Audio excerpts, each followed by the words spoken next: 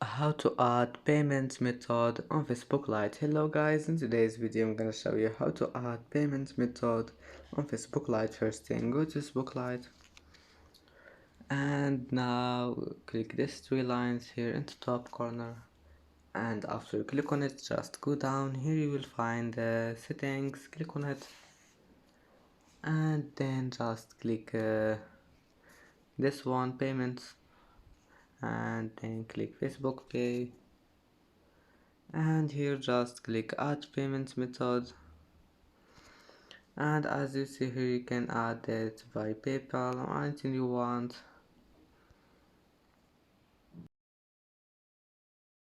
And that's it for today's video. If you like this video, please don't forget like and don't forget subscribe, and thank you for watching this video until the end. See you in the next video.